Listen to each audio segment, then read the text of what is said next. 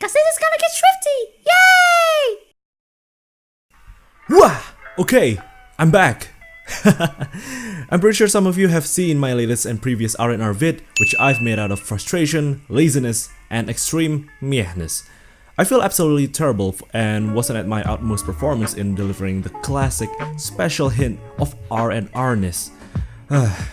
Okay, so in all due respect, this is going to be a special D-R&R, drama or deluxe review and rant, whatever you want to call it, or whatever I want to call it, in which I'll be talking about this event again, but this time in depth, and of course starting off with an overview about this event itself. So, Nihon Kisetsu Matsuri is the first ever Japanese culture event in Surabaya, which will take up on all 4 different seasons of Japan as its main theme. And for its first premiere event, it takes up on the theme of fall and mangetsu. As the poster stated, it says that it features Japanese stuffs, loads of food and beverages, and you can just read it by yourself, you lazy kid. This event was held on Giant Maspion Margojo from 7th till 8th of October 2017.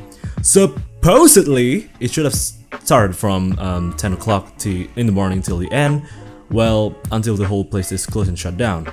The event was fully organized by, let me see here, Defo, I guess. Partnered with these fellows and sponsored by these fellows and such. For attendees, they can pre-order the ticket beforehand. The ticket pricing is 15,000 rupiah on the spot for a day, and of course 30,000 for a straight 2 days ticket. Quick maths. The exclusive thing about these, for those who have already pre-ordered the, god dang it, retake. The exclusive thing about those who have already pre-ordered the ticket, they can receive a free Sky Lantern on the first day of the event.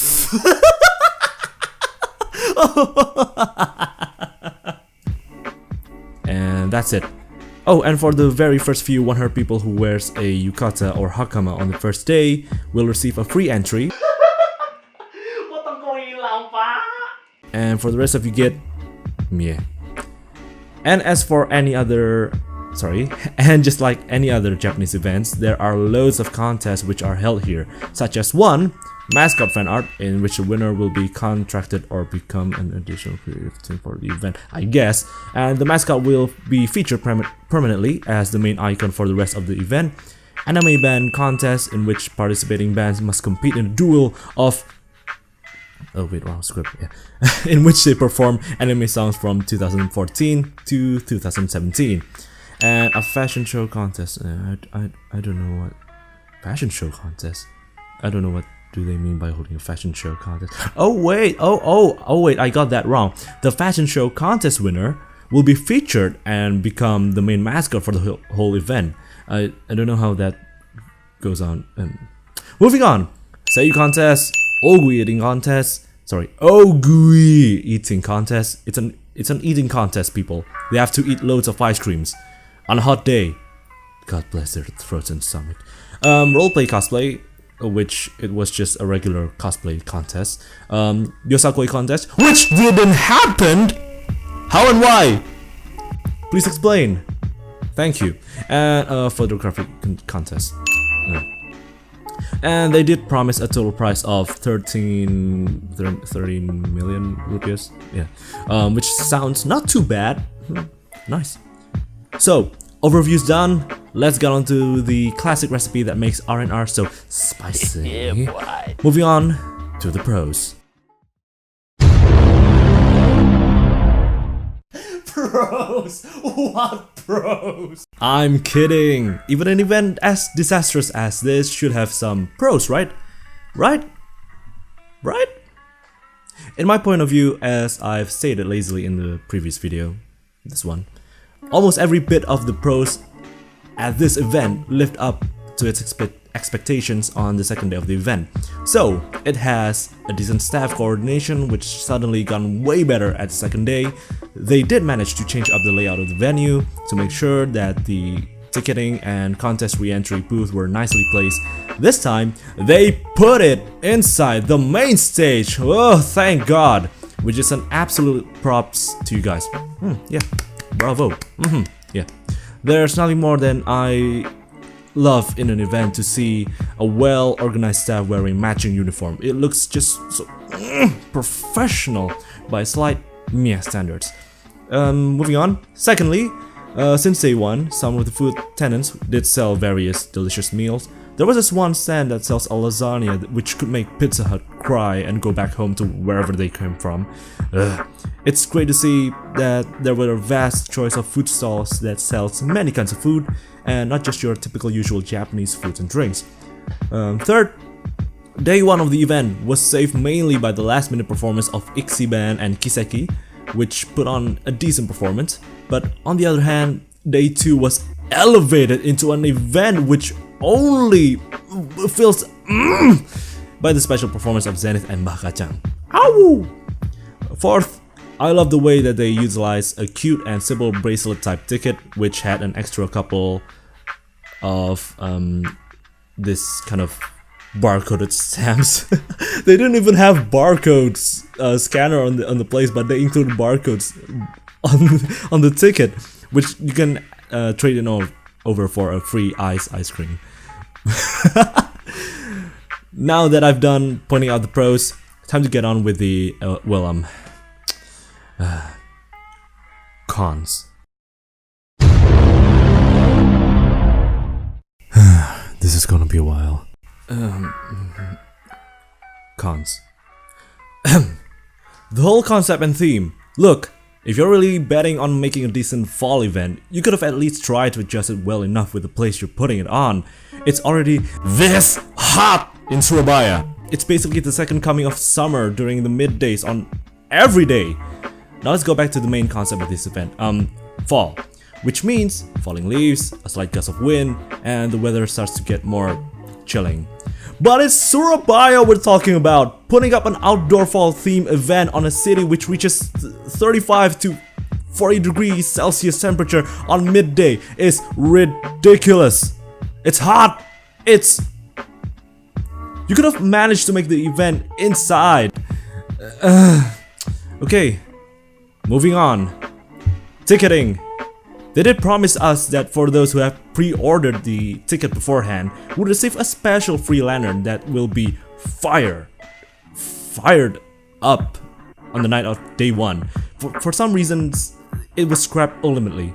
They did promise to exchange that by giving out fireworks, but that didn't work out as well. Meh.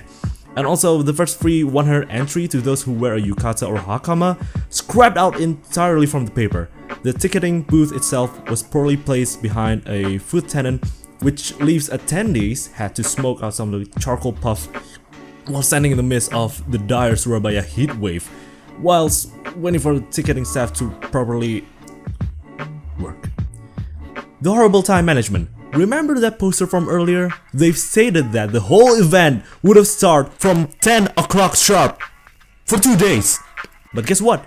In day 1, it started 3 hours after that, and on day 2, it started on 1 or 2 o'clock PM, I guess. But everything went on smoothly, but it still have some hiccups as well. The staffs. I was absolutely surprised to see familiar faces that works as some staff members for this event, and I'm already accustomed to see their traits, skills, and performance on maintaining this event on its grounds. I've received info that some of the staff members still can't work properly together. They've only known each other for a week, I guess, and there's just wasn't enough preparation throughout for this whole event. The lack of documentation and security staff was a massive disappointment of its own for my record. And then, yeah. Tenant placement. I hate the fact that they mix on food and merchandise stalls randomly. It's a slight disadvantage for an event like this. Imagine you're selling loads of merch, only to realize the next tenant to you is smoking up some barbecue stuffs, which leaves you and your merchandise and the attendees getting smoked up. And one of the cons that I really hate on Japanese events, trash and leftovers.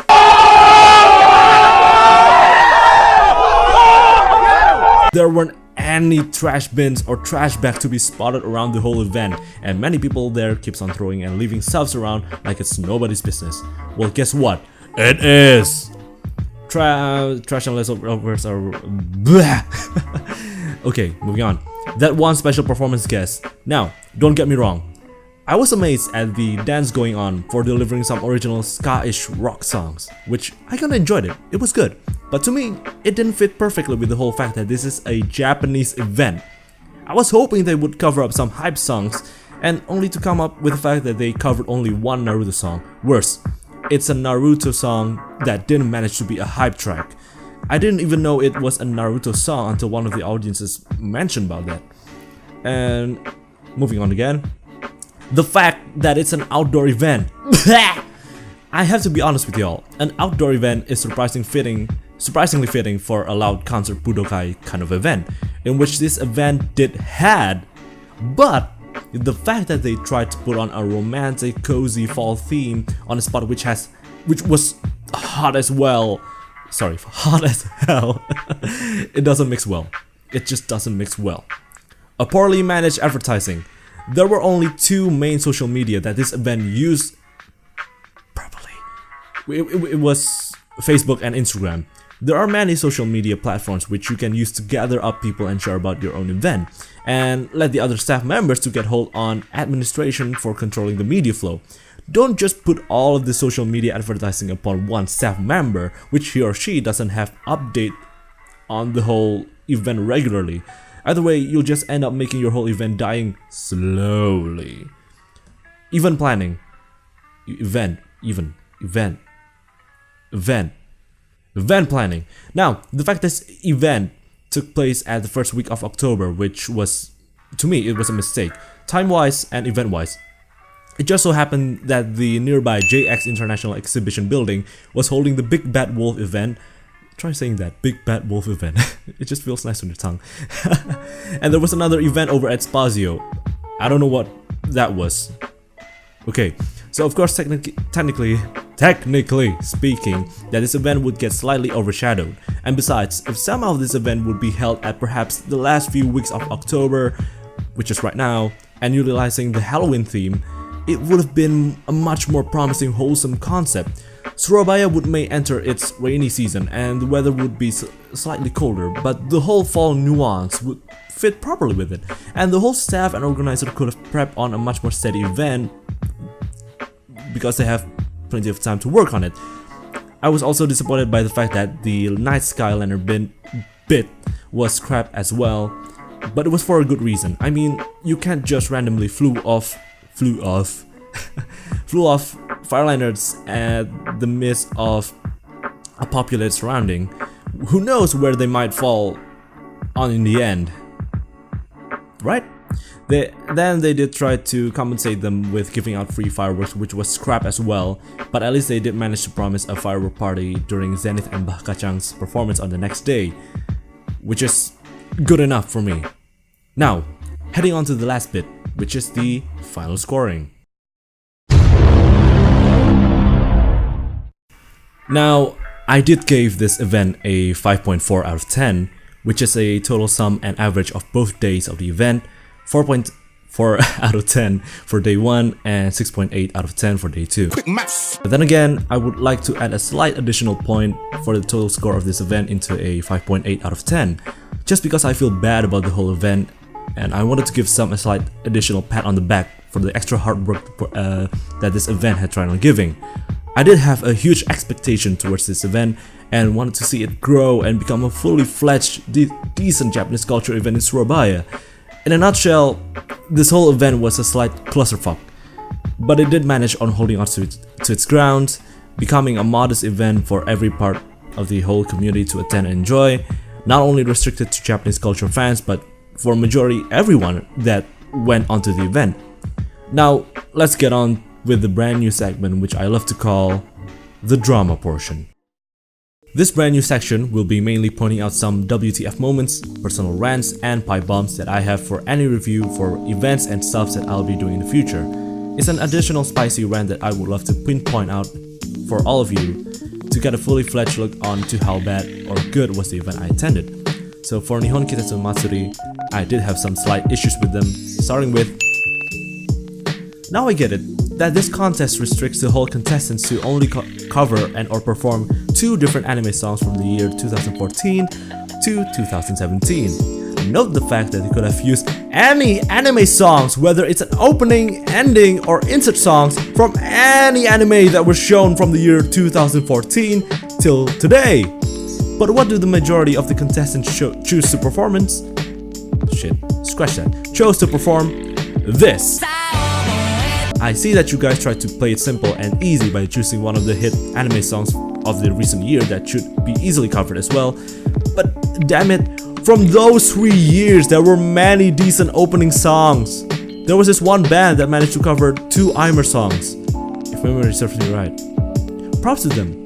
I do find it a bit disappointing to see that the vast knowledge from the majority of anime fans in Surabaya are only fixated on Naruto, hentai jokes, and SAO.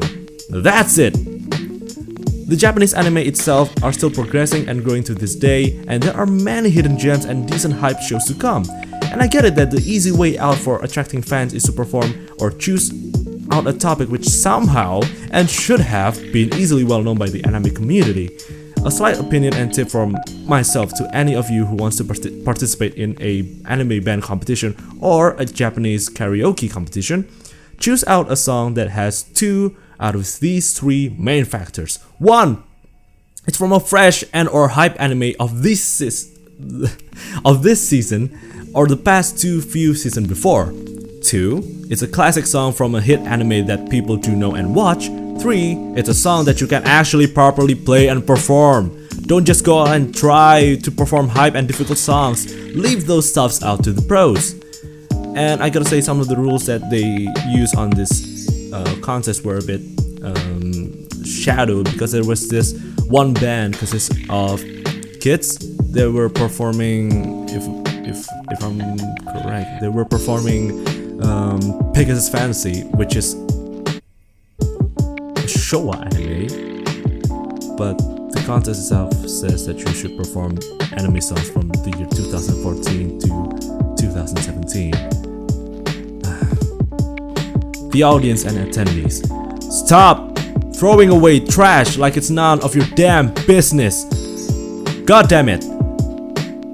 Continuing on, I was surprised and shocked to find out that this event had its own internal drama, such as one of the main planner of this event had to pawn out their motorcycle in order to pay up the huge loss that it received because of the disastrous execution from the first day. It had loads of internal drama from this event that I feel is a bit too personal to share, and I just can't randomly spurt them out.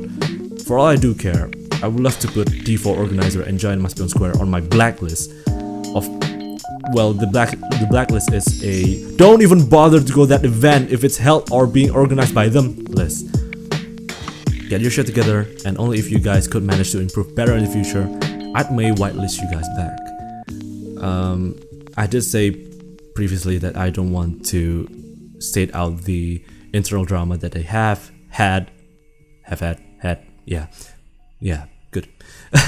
But since the main planner of the event wants me to put it in the drama rant, here it goes. You can just read the posts by yourself, what happened. They even made a special announcement for it, and they do feel sorry for the participants and attendees. It's just, I feel bad for them.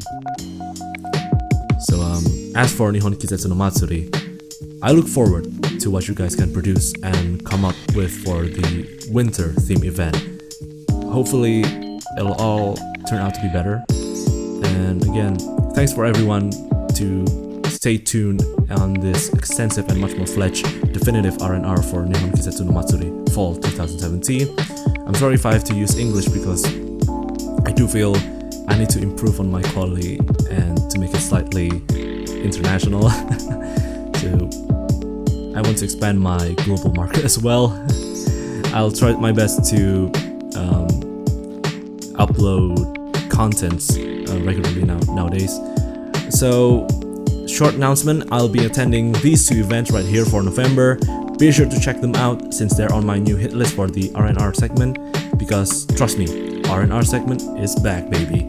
So if any of you manage to find me somewhere throughout the venue for either Starnyfest or this one, I'll feature your shoutouts on the next R&R sections, especially for the Starnyfest event. For the first person that managed to find me, I'll be giving away free SHF Kamen Rider New Den-O Blue Trilogy version, so please do leave a like, subscribe, and tap me on the back if you see me on Starnyfest, and share this video for more new contents. This has been LazyCat75, signing out. And a short special announcement. Are you interested in doing voice acting? Well, guess what, you jolly good lads and laddies? Introducing CresentLab. We are an animation studio currently based in Surabaya. We are in need of the finest talents of voice actors there is. Ah, yes, splendid. These are the requirements that we include. If you are interested, well, look no further. Just send these required stuffs over to our email address. And for further info, just ask away on this contact info. Come join us and let's have fun together. Yeah.